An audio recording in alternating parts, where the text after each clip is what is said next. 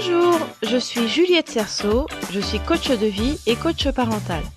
Je suis ravie de vous accueillir sur la boîte à outils des parents. C'est le podcast dédié aux parents qui vous donne des outils concrets applicables facilement et immédiatement pour vivre une parentalité plus épanouie. Vous l'avez tous, cette copine. Celle qui a une maison super bien tenue, un mari serviable qui l'embrasse amoureusement en rentrant et qui fait des tâches ménagères et d'autres travaux sans rechigner. Celle qui a des enfants et qui, quand elle leur demande de ranger leur chambre comme par magie, comme par une opération du Saint-Esprit, les enfants se lèvent et un quart d'heure plus tard, la chambre est nickel.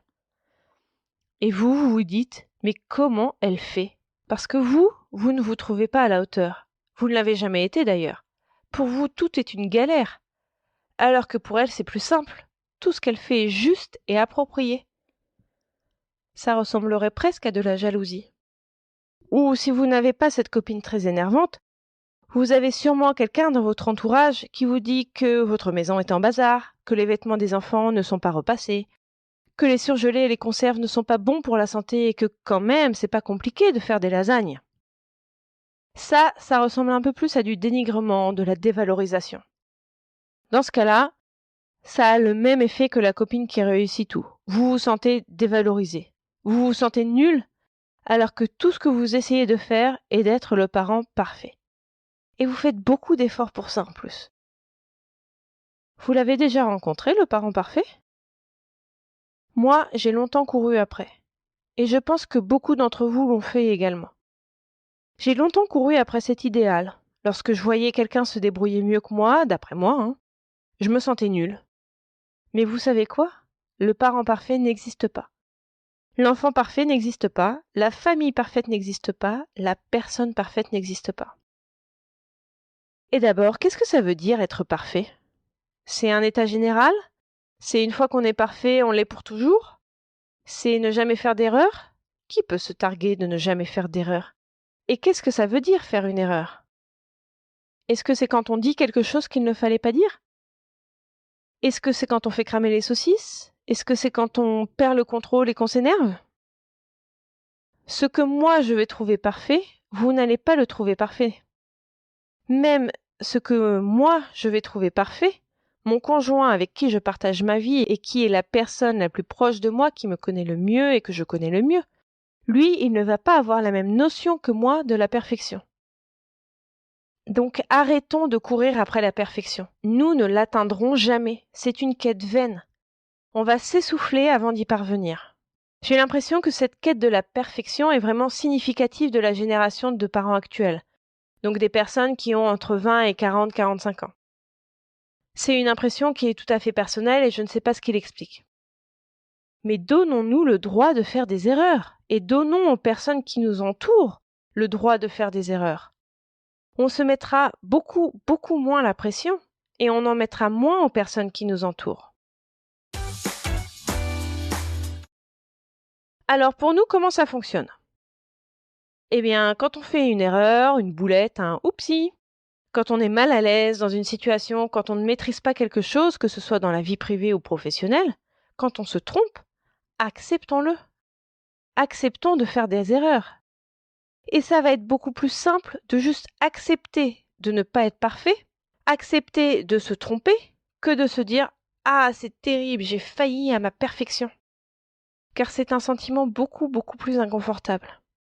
Si on n'accepte pas de faire des erreurs, à chaque fois qu'on en fait, on est au 36e dessous. Et il nous faut alors nous reconstruire.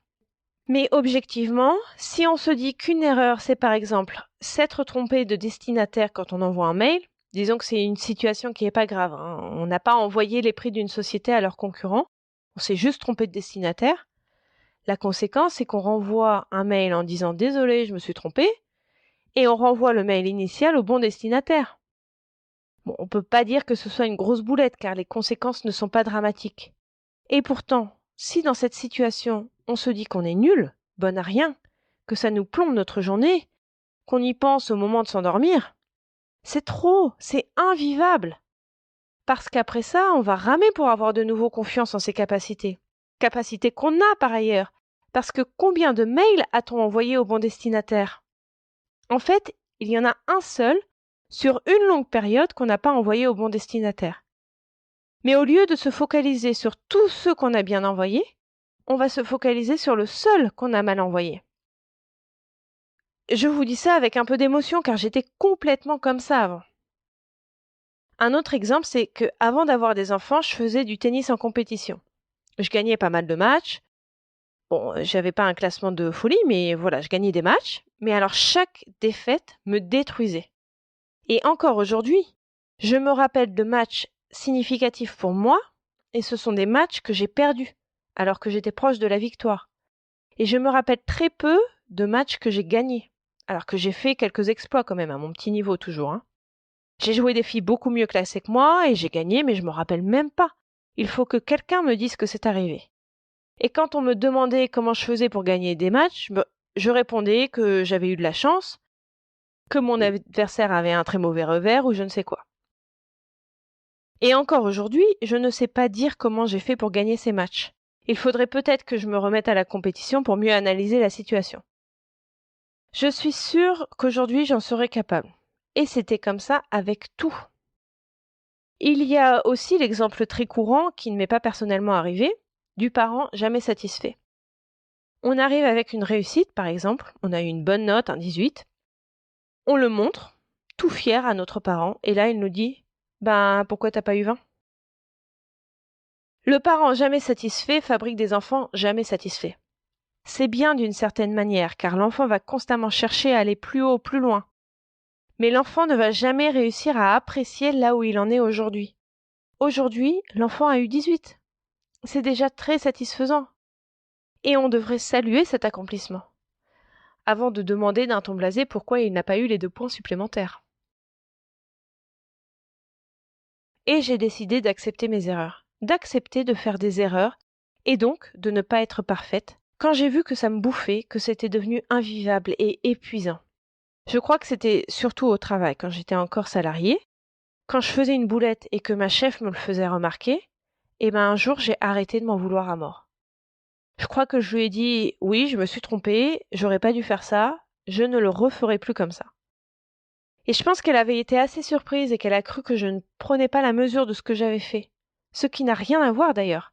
Prendre la mesure de ce qu'on fait, des conséquences de nos actes, et en tenir compte pour progresser, ne signifie pas être miné par cette erreur. On peut très bien faire tout cela et continuer sa journée comme on l'avait commencé. Et c'est une excellente transition pour vous dire que les erreurs que l'on fait, quand on en prend conscience, elles doivent nous servir uniquement à apprendre, à en tirer une leçon et à ne pas la répéter. Culpabiliser, se dire qu'on est nul n'est absolument pas utile. Je ferai un épisode entier consacré à la culpabilité, je vous en dirai plus à ce moment-là. Et comment fait-on pour accepter les erreurs des autres, et plus spécifiquement de nos enfants, et pour leur apprendre à accepter leurs erreurs? On a vu que ne pas supporter de faire des erreurs et ne pas accepter d'en faire est assez destructeur, et est un excellent moyen de saper la confiance en soi. C'est exactement ce qu'il ne faut pas faire pour faire grandir des enfants qui n'ont pas peur d'oser. Je vais prendre l'exemple de la propreté. Si l'enfant est censé être propre et qu'il a un accident, donc clairement qu'il fait pipi ou caca dans sa culotte, si à ce moment-là on crie, on lui reproche de s'être oublié, on en fait des caisses, l'enfant va se sentir rabaissé. Ça va ensuite lui mettre la pression pour ne pas recommencer. Mais une pression malsaine, démesurée, absolument pas en lien avec la gravité de la faute. Parce que l'enfant mouille sa culotte, son pantalon et ses chaussures, sûrement le sol aussi si c'est pas le canapé. Et alors, qu'est-ce qu'il y a de pas réparable là-dedans? Et l'enfant va peut-être redemander à mettre des couches, ou va peut-être jamais savoir quand aller aux toilettes. Et il va y aller pour rien, ou il va y aller pas assez, ce qui va provoquer de nouveaux accidents, et c'est complètement l'inverse de l'effet recherché. Je prends un exemple avec un enfant un peu plus grand. L'enfant rapporte une mauvaise note de l'école. Qu'est-ce que vous faites? Vous lui criez dessus en le traitant d'incapable? Vous lui reprochez d'avoir fait telle chose, par exemple jouer aux jeux vidéo au lieu de réviser alors que vous aviez pourtant passé le week-end à lui dire de réviser? Ou alors vous ne réagissez même pas car vous ne voulez pas vous énerver et quoi que vous disiez ça ne servirait à rien? Encore une fois, quel est réellement le problème? Quelle est la gravité de la situation? Votre réaction ne sera pas la même et ne doit pas être la même selon que c'est habituel ou que c'est exceptionnel. En fonction de votre réaction et en fonction de l'acceptabilité que vous faites de la mauvaise note de votre enfant, ça risque de donner des enfants qui font un burn-out scolaire. Ce sont des enfants qui exigent le meilleur d'eux-mêmes en permanence. Et s'il y a un petit caillou dans le rouage, ne vont pas savoir comment réagir, ne vont pas savoir rebondir. Ils ne vont pas accepter de n'avoir eu que 16 au lieu de l'habituel 19. Alors que 16 au lieu de 19, je suis sûre que vous serez d'accord avec moi pour dire qu'il n'y a rien de dramatique là-dedans. Dans ces deux exemples, je ne dénigre absolument pas l'agacement que vous pouvez ressentir. Quand ça arrive, surtout si ça arrive plusieurs fois, pas au bon moment, alors que vous n'êtes pas dans le bon état d'esprit, c'est une situation que vous pouvez ressentir comme pénible et avoir du mal à voir le côté positif de la situation. Ce qui est sûr, c'est que gronder l'enfant qui fait une erreur ne fera que renforcer sa propre insécurité, son manque de confiance en soi. Il va se sentir nul et pas aimé. Il va avoir l'impression que son être est remis en cause. La façon de réagir lorsque vos enfants font des erreurs est d'abord de les rassurer. Oui, tu as fait pipi dans ta culotte, mais c'est pas grave. Tu vois, on enlève le pantalon, on le mettra à la machine, ou on nettoie le sol, et puis c'est tout.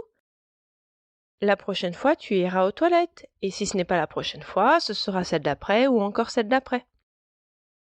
Ou oui, tu as une note pas très élevée, mais ça ne remet absolument pas en cause le fait que tu es intelligent, que tu as des ressources, et que je t'aime.